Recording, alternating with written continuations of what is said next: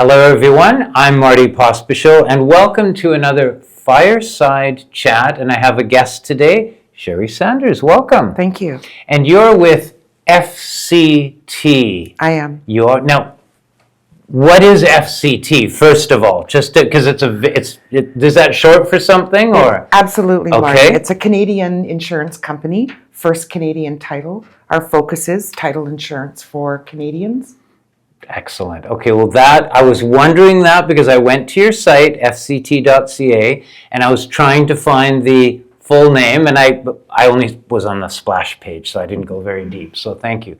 First Canadian title. Yes. Excellent.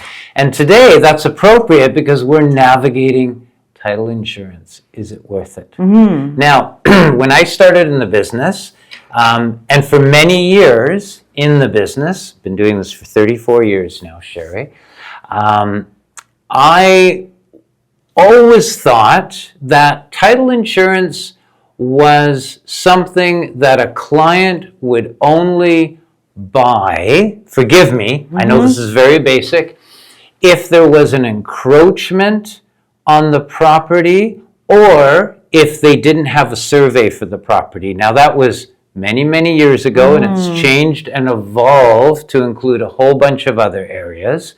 But that was my understanding of title insurance for many, many, many years. And you're here to help us understand why that is no longer the case. It's a much more comprehensive coverage, etc., for our clients. It is. It is.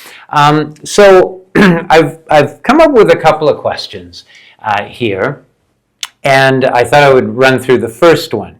Do you recommend everyone buy title insurance when they purchase a property? So let me begin that conversation by telling you that there are two policies in a transaction. Okay. Historically speaking, the lender policy has been definitely around longer. And I would say to you that in probably 95% of the real estate transactions today in BC, there is a lender policy. Okay. So most closings, most lenders in British Columbia will require a lender policy. A lender policy only protects the lender and their interests. Okay. So they insist upon it, and it's usually paid for by the client, for example, the purchaser, in a transaction. The second policy is a homeowner policy, and it kind of does the opposite. It only protects the homeowner in protecting their title. It's also paid for by the client. Okay. And I would say today in British Columbia, about 75% of closings have both policies. Lender usually mandatory, homeowner optional, but really highly recommended by notaries and lawyers in BC. Okay. Thank you. That's new information.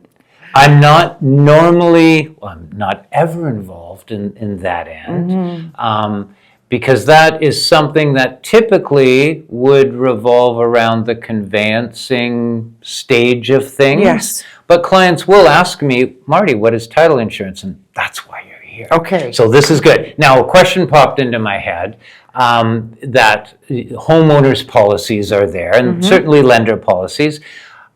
For all properties, including condos, or is it more for detached? What's the breakdown, or does it not matter? It does not matter. Okay. Today in British Columbia, residential, single dwelling, townhomes, bare land, recreational property, condos, and of course we have a whole commercial division. So all kinds of commercial properties that we insure for lenders and for owners. Okay, interesting. So give me a couple of examples, or an example where title insurance purchased for a homeowner, because you mentioned there's two types, actually saved a client from some grief. Yeah, so I'll probably give you a couple of examples if that's all right. Yeah, absolutely. When people ask me what title insurance is for homeowners, I generally like to describe it as an insurance policy that protects them from unknown issues. So you would know a real estate closing is complex. When you think about, I'm just going to use an example, a home that's 25 years old. We don't know everything that's happened on a property. A survey might not reveal everything. Right. Our trusted notaries and lawyers pull tax information, outstanding permits, work orders. Some of those municipalities make mistakes when they send documents. So a title insurance policy for a purchaser, for example, in a home, generally protects them from unknown things. And I just wanted to mention all the professionals that are involved, because it's not a case that a realtor should have known or a notary should have known, a mortgage broker. I mean, genuinely unknown issues. So in British Columbia, the most amount of claims that we get in the single dwelling space or a townhouse space would be about liens and encumbrances. Right. So I like to make this comparison. If you have purchased a property and you have title insurance, and somebody comes to your garage or your shed out in the backyard and steals everything that's inside it, that claim needs to be placed with your home insurance. Right. But if a neighbor says that shed is actually on our property, that's title insurance. That's a lien interesting. or an encumbrance that the purchaser didn't know about. My favorite story was told to me by a lawyer, in that he acted for a purchaser. The couple lived in their home for over a year. They went to the city to get a permit. They wanted to extend their deck over the garage. And the city said to them, "What garage? We're coming to see you."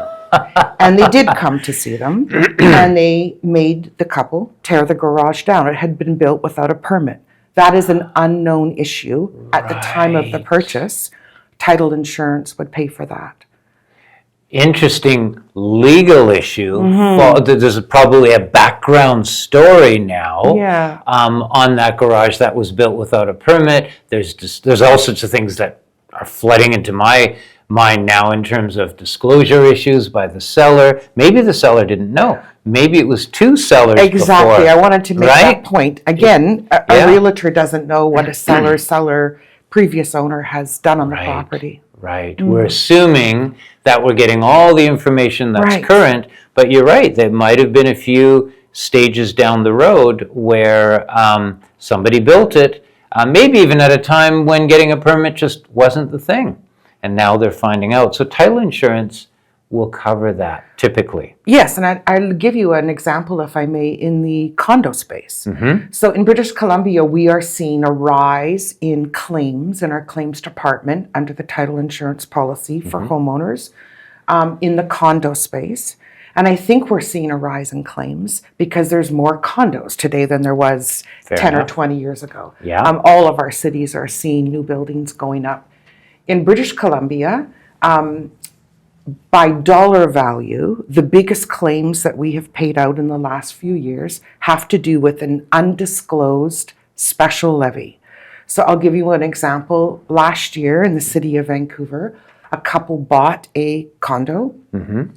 They moved in. 2 weeks later, they got the notice from their strata, an assessment. It was $77,000 for a roof repair. Wow. 2 weeks they had been living there.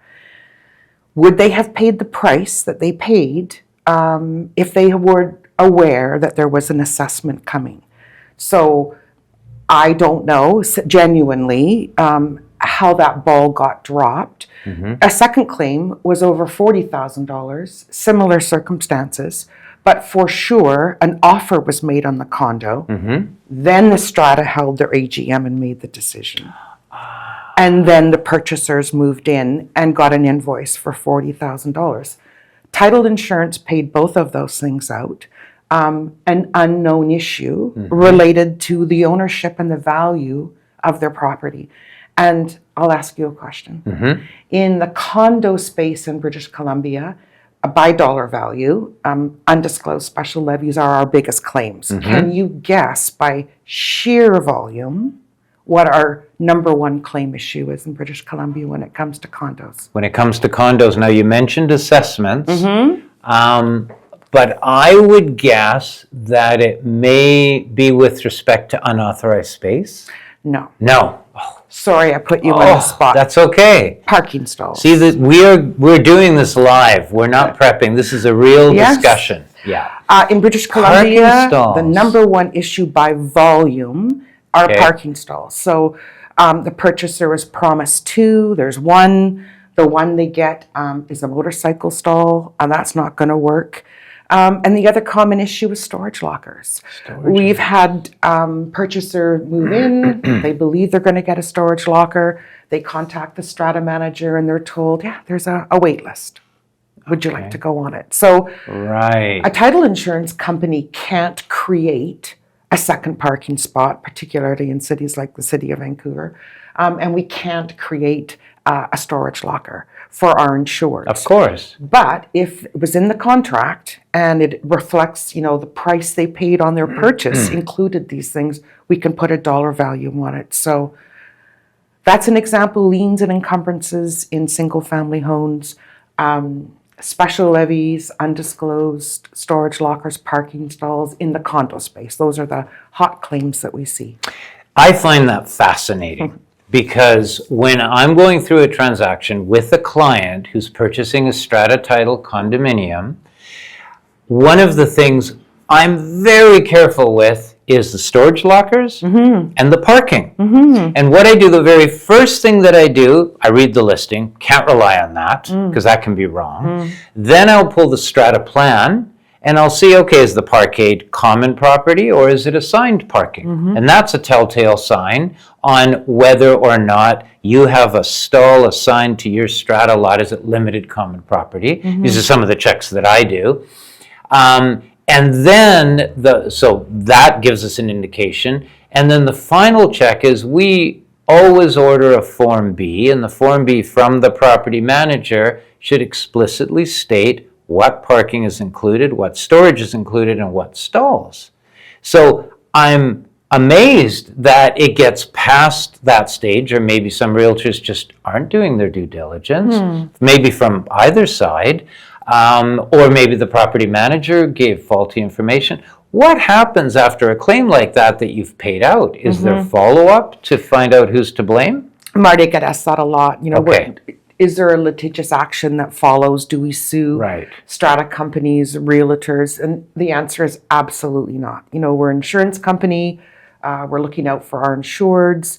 We don't see any intentional withholding of information. And I think a lot of strata companies in British Columbia, maybe you would know, are self-managed. They're volunteers. And people make mistakes. So, but no, we don't turn around and sue. Interesting. So, wow, because that process is extremely stressful, time-consuming. It can be a long period of time if that happens. Fortunately, we haven't been involved in one. But I find it amazing that it actually happens. That's your biggest claim for parking and storage lockers. In the condo space. In the condos, of course, in the condo space, Detached being. What about detached? What's the biggest claim for detached? There is unpermitted work, for sure. And again, just sometimes, unpermitted work, liens, encumbrances, that's what I would say. Okay, so I've got a specific question.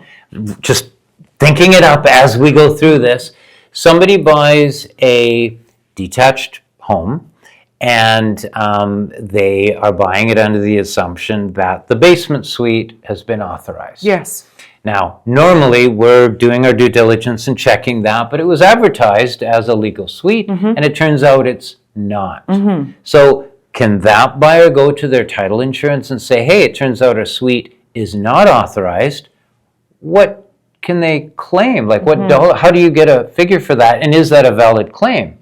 Right. So I have two things to say about that. I've said to you earlier that generally speaking, for a homeowner, it is unknown issues. Okay. So if you are my realtor and you take me around to see a home and it has a basement suite and you say to me, look, it's unauthorized, Shari, just letting you know. And I go ahead with the purchase and a year or two down the road, the city catches on. And they knock on my door and say, hey, your basement suite is illegal and we need to bring this to an end. Maybe it's been a car parking complaint or something. I cannot then go to my title insurance company and try to put a claim in because I knew it's like buyer beware. You know, it was clear. I knew what I was buying. Fair enough. Yeah. But on the flip side of that, to answer your question, if I genuinely didn't know that the basement suite was illegal or was not permitted properly, yes, we would look to open a claim on that. But there has to be a loss. And so if I discovered that my basement suite was illegal, no one's making me do anything about it. The city's not shutting me down. Right. We would not be able to open a claim just to get that permit done. We would look at, where's the loss? Where has our insured suffered a loss that we can put our arms around them and help them navigate through that? I hope that answers your question. I'm learning so much. I had no idea it was so comprehensive. Let me go back to condos because I see a fair amount of this. Lofts. And you've got lofts that were built many, many years ago, and some owners will finish off a second level without permit. They've been grandfathered, the strata says they're okay, and a purchaser buys that loft, and the city decides to come around and do a check in the building. They find these lofts are unauthorized, require them to remove the loft. There is a loss there because the value of the unit drops. Is that something that could be possibly, depending on the circumstances, covered under title insurance? I cannot definitively answer that for you. That would be a claims question. Right. But I think I did read recently in the news locally that was an issue. So it's interesting. It's a big issue, and but that would be something that the claims department would I would always encourage our insureds to open a claim and then let our claims team go to work and find coverage for them if there is coverage. Fair enough, fair enough. Wow, sorry, I went way off in a tangent. Okay. Yes, good question, even before I ask it. Yes. Is the homeowner policy for the life of the time that I own the property, or is there a definitive time that it's good until? Is it a term? So let me say this first off. Both the lender and the homeowner policy, it is a one-time premium. So when your clients go to a notary's office or a lawyer's office and have their closing, they are charged one time for the premium. Okay. It's not an annual renew. Okay. A lender's policy is in place until the mortgage is discharged. Okay. When there's no more mortgage, there's no more policy for the lender. However, for the homeowner, as you've directly asked, the policy stays in place for as long as the owners have an interest in their property.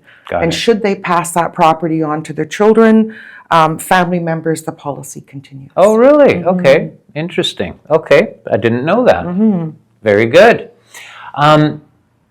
If you could summarize in one line why a buyer or a homeowner should care about title insurance, what would you say? And I know you've given so many examples, but what would you say to that? Why should a buyer purchase title insurance? I think for the premium, Marty, and the potential coverage they have for as long as they're in their home, I honestly think it's a bit of a no-brainer, as do our legal and notary community, because again, realtors, notaries, lawyers, realtors just don't know everything about a property. They just do their best. Yes, the of most course. Professionally. Yeah. So for a few $100s, a homeowner is protected for, and I'm not saying that we cover everything, but unknown issues as it relates to the title.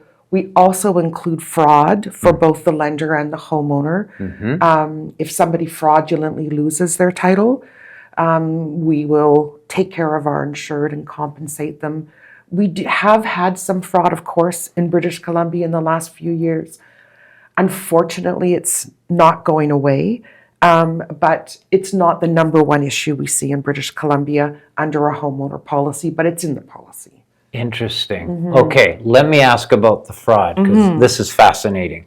I own my home. I purchased a home, for example, say it's a house.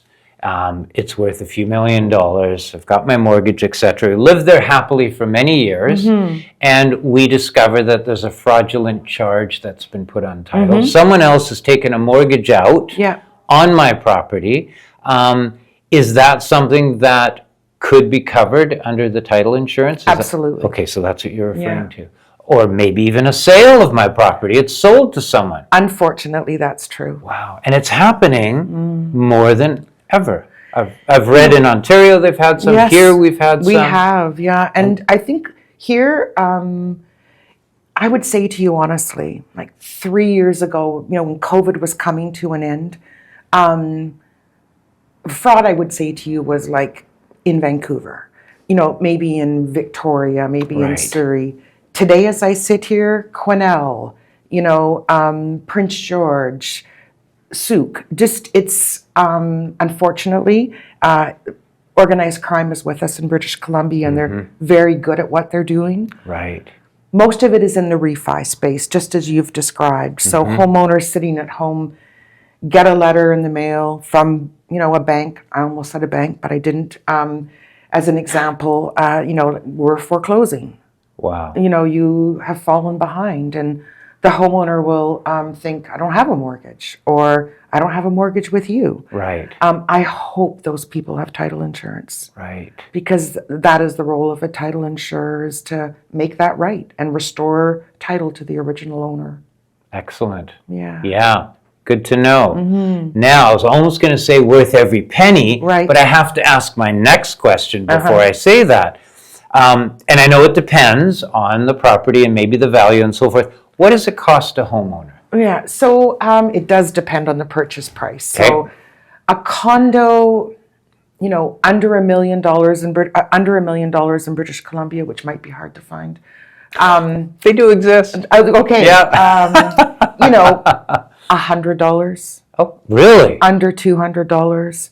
A home under $1 million, $1.5 million. See, $2.5 to $3 million. Yeah. Say it's the west side. Might be $500. Wow. Yeah. That's a good deal. Yeah. Because maybe the amount of policies out there versus the claims. I mean, there's got to be a business plan that falls in place, but the peace of mind that you get for a few $100s is incredible. Here's the thing I would urge homeowners, current homeowners. I hope that when people get a homeowner policy from a title insurance company like ours, and time goes by, and then they have an issue with a neighbor's fence, an issue with fraud, whatever it is, that they remember they have a homeowner policy. I hope they have their notary or lawyer's number handy, attached. They've kept their closing documents secure somewhere, and they can just call and say, "Can you help me?" I hope so. Great advice. Because the people forget. The policy will help them in 5 years, 10 years, 20 years. It's still in place. Good idea to keep that. Yeah. Maybe digital format in your drive with the property. Something. Yeah, that makes total sense. You know what I would love to do? I would love to get a one-pager on sort of the main things we talked about today, and I'd like to include that in a buyer's kit that I go through with buyers when they're buying. Perfect. Because I've got a kit now, it must be 150 pages I go through. I don't have anything in there on title insurance. Okay. And I should. Yeah, most closings in British Columbia will have title insurance. Yeah. I think that would be really good info to have. Consider in it there. done. Yes, thank you. You're welcome. Excellent. Now, let's see, do I have any other questions? It's fascinating. Great topic. Really, really good. I don't have any specific questions here, apart from it sounds like tremendous value. It's something I think every homeowner should have. And I have two questions that's just come to mind. Can I buy it now after I've owned my home for so many years? And second part to that question, is there a standard policy, or are there various options that a homeowner can So I will answer the second question first. Okay. Standard policy is the pretty norm. Okay. I've mentioned liens, encumbrances, unpermitted work. There's actually over 30 things for homeowners in the policy. I've just mentioned the most popular things that we see claims at, but I will mention one more, and that's duty to defend. That's very important in our policy. And I'll give you a scenario. Suppose I'm happily living in my single family dwelling that I've just purchased. And instead of, the neighbor says to me, Shari, your fence is on our property and we want it taken down. I would hope to open a claim with our entitled insurance company and let them look at that. If it turns out the neighbor is wrong and perhaps the neighbor wants to go to court, FCT has a duty to defend our insured. Wow. Our insured is in the right. Their fence is in there according to the survey, and we hire lawyers. It doesn't cost our insured, the homeowner, anything, and we will defend them in court. Interesting. We have a duty to Wow. defend them if there is something affecting their title. So that was the second question Thank you. asked. What was the first question? First question is, can I buy it now? Right. So we've talked about the lender policy and the homeowner policy. Right. Almost exclusively, those are ordered and issued at a time of closing or a time of refinance. Right. But we do have an existing homeowner policy. So it's very similar to a homeowner policy. It is a little more money. It might, in the city of Vancouver, be $700 or $800. It includes things like fraud, liens, encumbrances. And I would say the last couple of years, we've seen a rise in those policies because there are existing homeowners that have paid off their mortgage. And now they're worried about somebody getting a refi or fraudulently doing something while they're on vacation in Europe or something. Yeah. And they're finding peace of mind for the $700 or $800. So yes, there's a path for that. It's called the existing homeowner policy. And Fantastic. And clients can get in touch with you if they want to Absolutely. do that. That's great. or our legal partners, notaries or lawyers, absolutely. Absolutely. Great. Fascinating subject. I learned a lot today. I hope you did as well. Shari Sanders from FCT. I know that's not part of your name, but I'm doing that because that's who you're with, obviously. Thank you for joining us. You're welcome. It was my pleasure to meet you, Marty. Thank you.